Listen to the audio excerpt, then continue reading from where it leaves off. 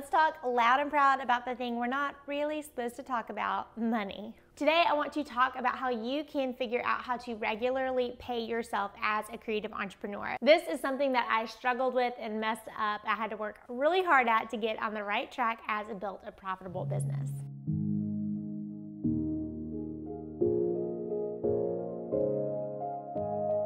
Welcome back to another episode here on the Ashlyn Writes channel. My name is Ashlyn, and I am a conversion copywriter for creative entrepreneurs, which means I get nerdy about words so I can help you figure out how to sell more with them. Okay, so I can help you market your business, but you, my dear, are the one that needs to figure out how to pay yourself regularly.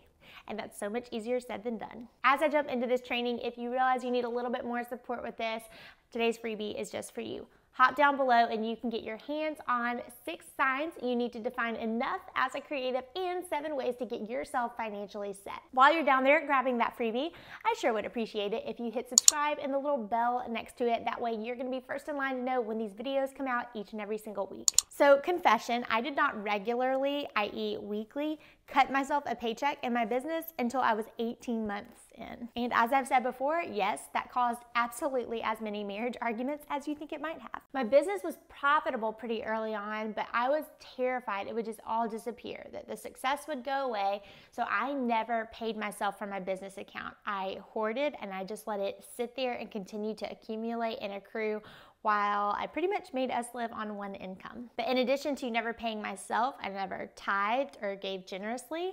I never invested. I just let the money sit there. I was terrified that the minute I did, it would just all disappear and all of this success was gonna go away. So funny story about this time, we were recently married and my husband pretty much does math for a living. He works in flight operations and plans routes for an airline. And so I would beg him, can we please start a family budget? I am not good with numbers. I really just need to see it all out on paper. He didn't need to. Numbers stick in his mind so easily. And he always said, Ashlyn, we're not gonna do any of this family budget stuff until you start paying yourself. Oh, bit by bit though, we got there. Now I not only pay myself every single week, but I have a team, I have a money plan, and I have an entire revenue plan built out for the next incoming financial year before the year even starts. And that feels good. So obviously financials of running a creative small business are something that I learned the really sloppy way. Every creative entrepreneur needs to know how to pay yourself, how to track income, and how to reinvest in your business and like what percentile to put back into it. Just because you think creatively does not mean you're excused from knowing those numbers. But I hope today's video helps you map out a way that you can pay yourself regularly too. The first thing I needed to realize,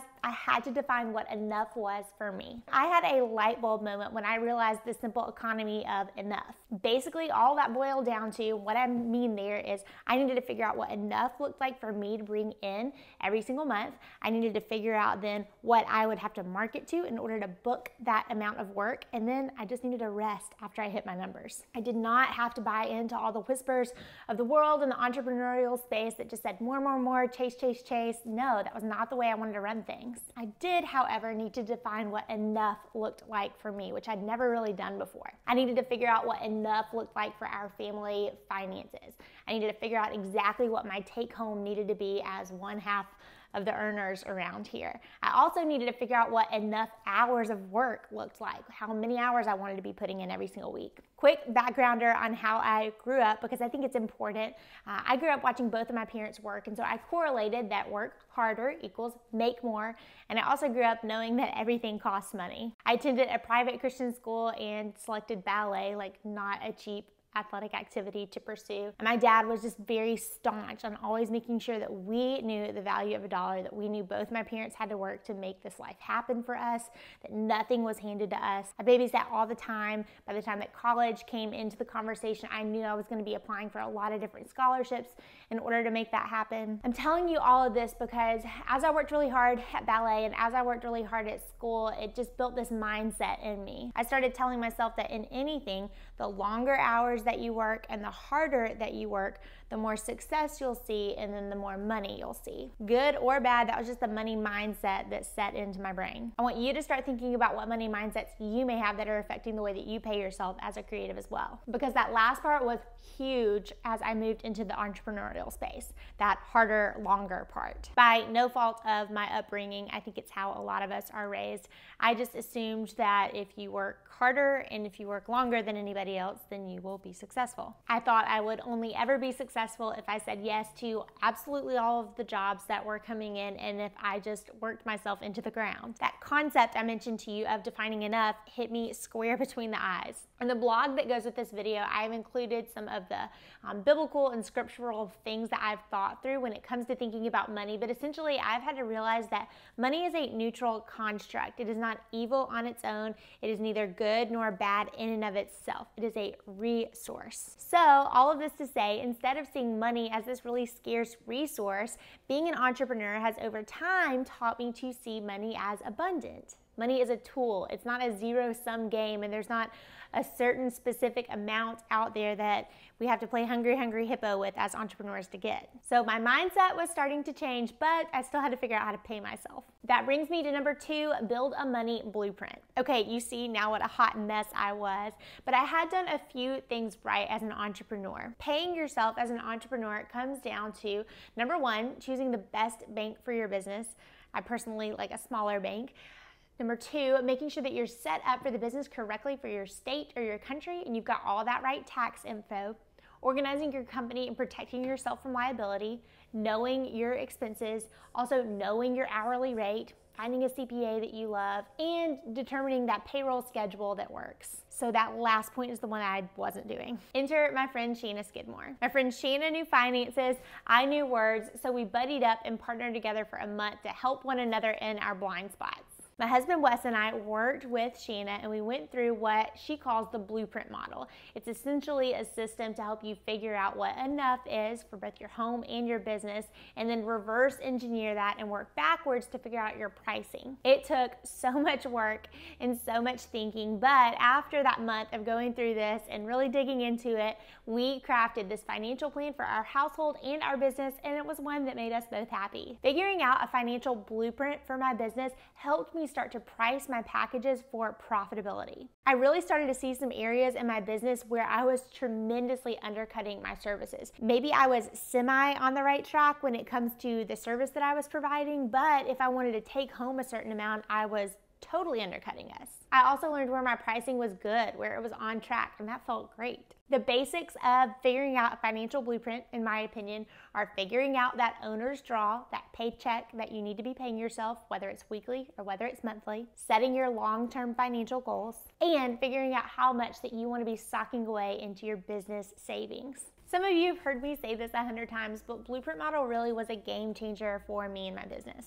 I started actually planning my business sales goals and our revenue goals. I had a money plan in place and ready to go. I also, this was a big one, was able to map out the number of client spots I needed to fill. I think that's something that's really important as you figure out whatever it is, kind of financial blueprint that you want for your business. Being able to see exactly how many spots you need to fill, then getting ready to fill them with your marketing plan, and then being done. This helped me cut down from the zillions of clients I felt like I was serving 24/7 to just 7 that I served on my own, and then I was able to build up a team and bring in to help service the rest of them. Okay, finally, number 3, making those ongoing money mindset mental adjustments. So to wrap this up, I want to give you 5 ways that I have stayed paying myself regularly as a creative entrepreneur. Number 1, read about finances.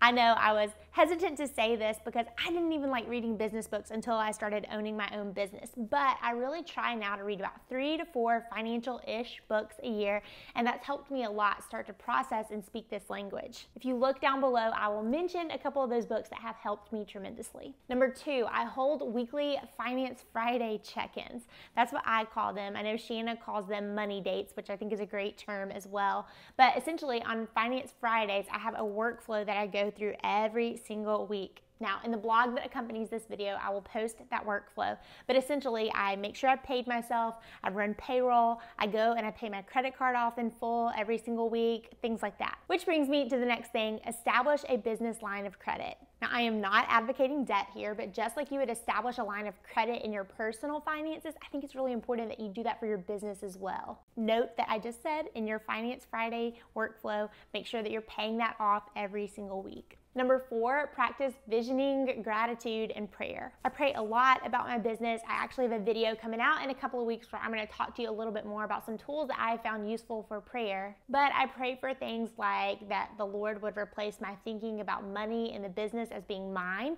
with realizing it is God's. Trusting God with our revenue when our launches look maybe a little bit different from what I had planned. I also ask Him to break my heart for what breaks His. So when it comes to giving, I'm generous and I come to everything with an open hand. Another thing that has helped me a lot is that gratitude practice.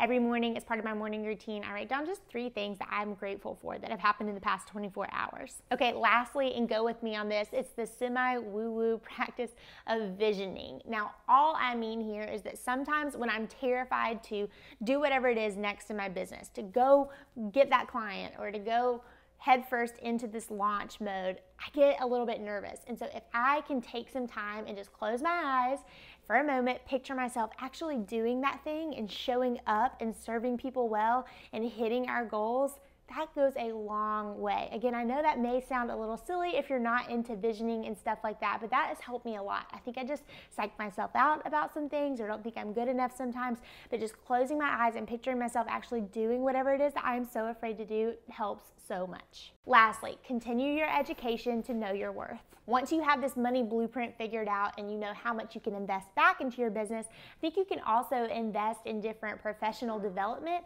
and that can help you so much when it comes to realizing that you are worth the rates that you're charging. Like I told you, I am the least likely person to talk about this because I have had to make a complete 180 turn. But I hope you've seen that it is possible to be naturally unfinancially savvy as a creative entrepreneur and figure it out and start to be that way on your own. Don't forget to look down below, grab your freebie, and you're also going to find a link to my friend Shanna's video series coming up. She's going to be teaching about bringing basics back and some basic financial steps that you can start to take so you can pay yourself regularly too as a creative entrepreneur. If you found today's video helpful, give it that like or thumbs up, and I will see you back next week with an all new video.